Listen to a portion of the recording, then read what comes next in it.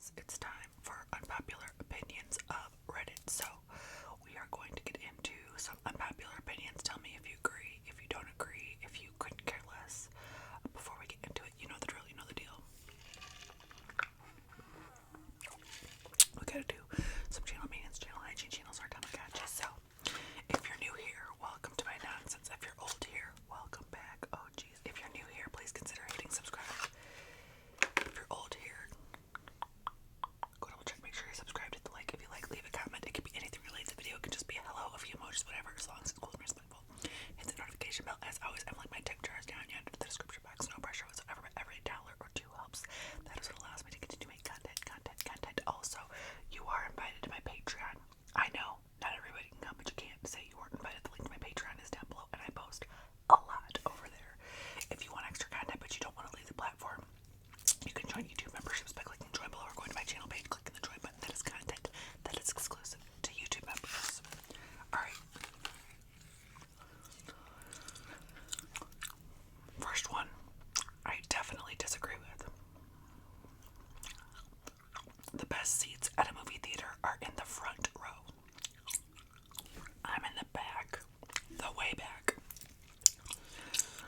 The point of going to a theater is an immersive experience, which is maximized in the front row. The screen takes up your whole field of vision. It almost feels like you're part of the set. When you sit in the back, you see exit lights. That's never bothered me. And other people that take you out of the experience. It feels more like watching on a normal TV. And yet the front few rows are almost always empty.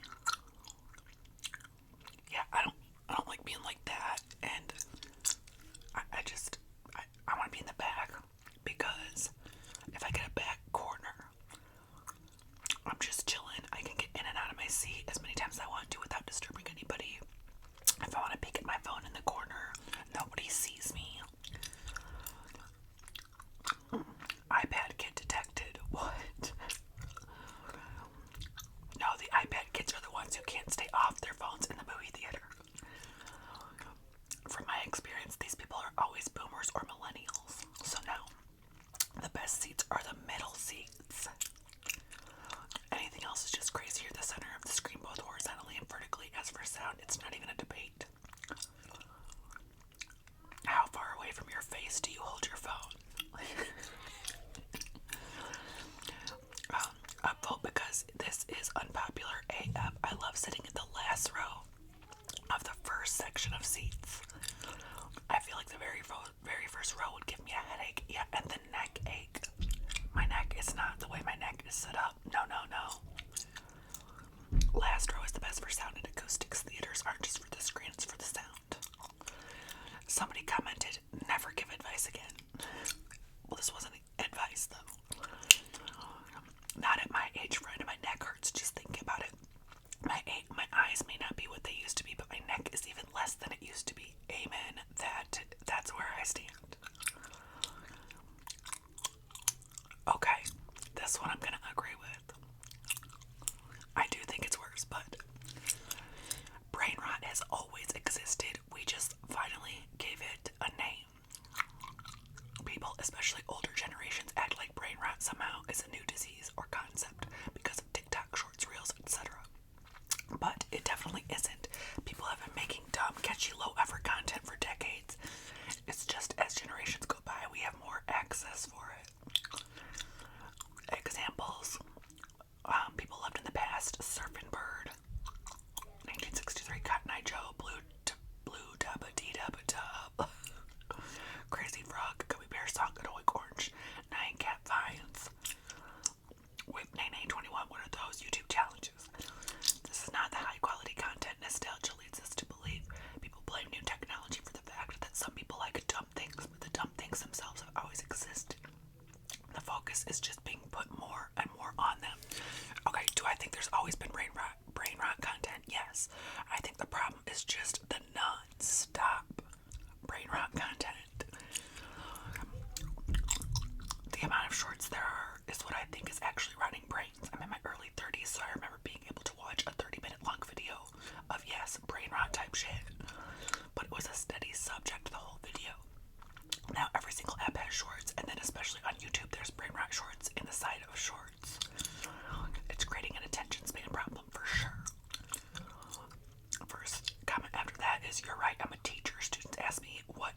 was my brain rot. I showed them Potter Puppet Pals. I'm a banana and hamster on a piano. What stood out to them was how long those videos were. Wow, this is some long brain rot.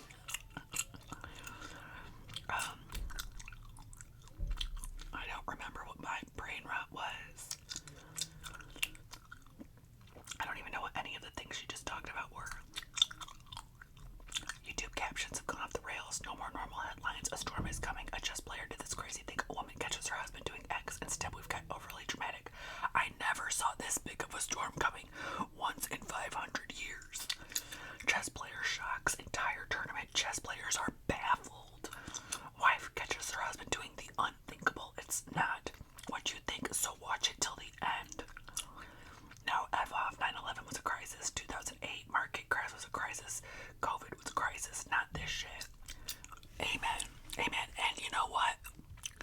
All of this best ever like you've never seen. We're over it. And that's coming from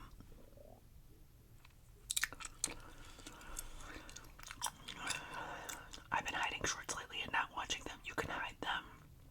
And I can feel my attention span coming back, so hopefully we aren't too far gone yet. Yeah, but those are for the ones of us that had one to begin with. My fear is that we're not even allowing one to form on these younger kids. It's not even forming. Their attention span isn't even forming. All these shorts of people just uploading somebody else's content and adding themselves in a tiny window in the corner of the screen, pointing there and reacting, which is kind of what I'm doing in this video. To the video and using it as their own is weird and lazy to me. It is. I mean, this is lazy. I'm reacting to YouTube. I mean, to other people's opinions, but I'm having fun. So this is my brain rot. I found it. Okay, let's find another one with plenty of. The 8-hour movie format for TV has ruined pacing. Please bring back 22 episode seasons.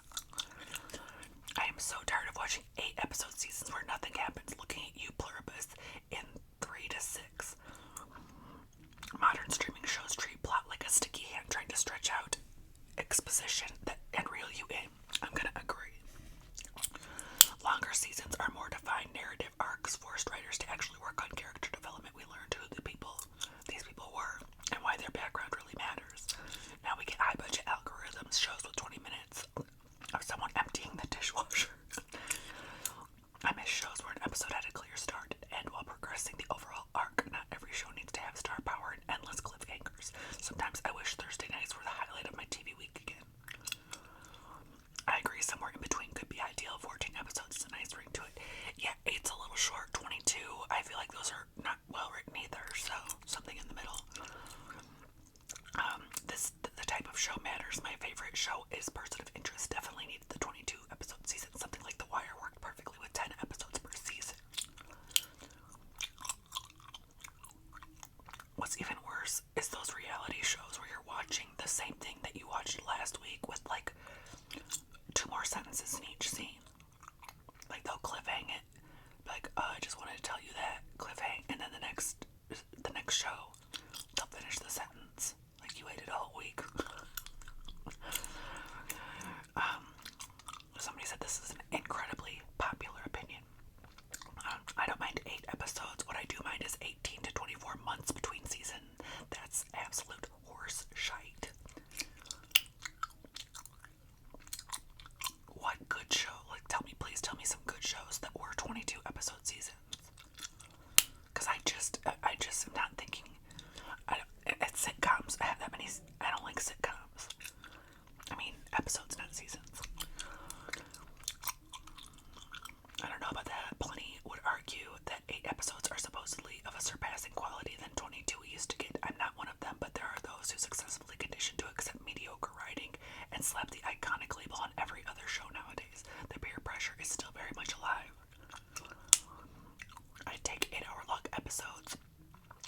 8-hour-long episodes provided the release schedule wasn't multiple years apart. Sadly, we're getting the worst of both worlds these days. Agree. Likely all cleaning products should be unscented. This is mostly true for laundry detergent. A shirt that smells strongly of anything does not feel clean to me. Also, for anything used around food, why would I want to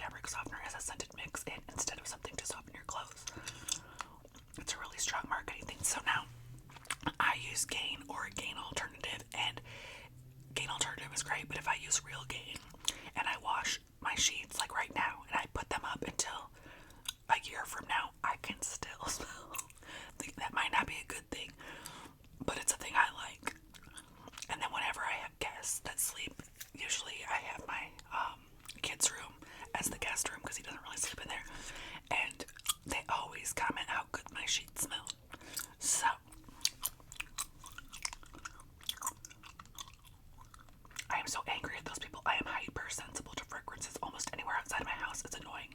There's perfumes everywhere. Well, I'm hypersensitive to a lot, and so I get it. But people are gonna keep talking around me. People are gonna keep being dipshits around me. The weather's gonna keep being cold or hot, or life goes on. Alright. Fabric sofas are way better than leather sofas. I agree. I've had leather. I don't ever want to sit on a leather sofa. If I go over to somebody's house and they have a leather sofa, I know it's gonna be cold when I first sit down and sticky kind of. And cars though, cars always give me the leather. Give me the leather. But furniture in a house, I like the fabric. I know leather sofas are supposed to be the classic and long-lasting, but honestly, I don't get the hype anymore. We had a leather couch for a few years and it started aging way faster than I expected. Same. The surface dried out, small cracks showed up, and comfort-wise, it was never great. In the summer, it felt sticky and hot. In the winter, it was freezing unless you had a blanket under you. Sitting on it for long periods was just not enjoyable. It always looked nice in photos, but actually living with it was a different story.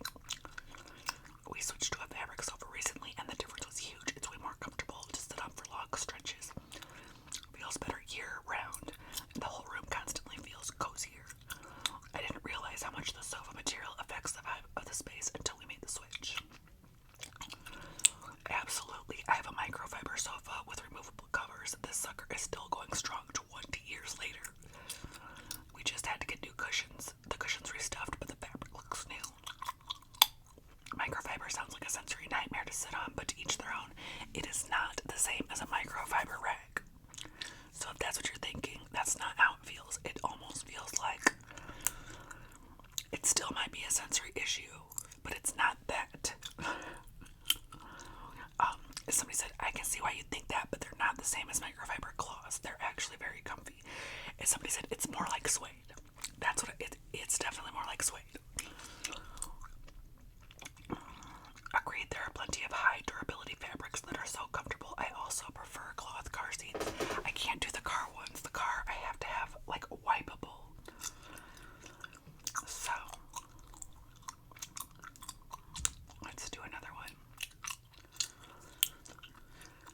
Space colonization will never be viable. Here's a question for you. Why haven't we built a major city in Antarctica? Why would we? There's nothing there. The environment is extremely detrimental to humans. It's just not feasible. Might be your answer, and yet there's an air that is at least breathable, and it is at least breathable. And it would be 1,000 times more pleasant and 1,000,000 times cheaper than to try and live on space or another planet. Agree. Why isn't that the move? See, that's the main issue. Why space colonization will never happen. Living permanently off Earth would be one of the most hellish and miserable existences imaginable. It would be spending trillions of dollars for essentially no gain other than novelty. It's like deciding to build a city on the bottom of the ocean. Why? There's no possible reason why we should waste time and money on such a purposeless endeavor other than vanity. Who would live there? What possible motive would they have to move there? Agree, and agree. There's a difference between things that are literally impossible and things that are possible but expensive and impractical. Producing food on Mars is likely possible but expensive. Developing tech to counteract the low gravity there is also possible. Just even more expensive. Blocking the excessive levels of radiation there is likely impossible. Perhaps it'd be theoretically possible if the planets were geoengineered, but that borders near science fiction.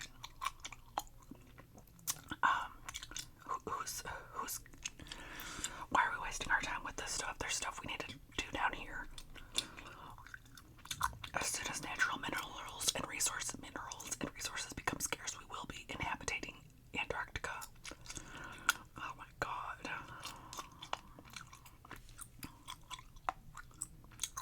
Somebody said once they find oil on Mars, it is game on.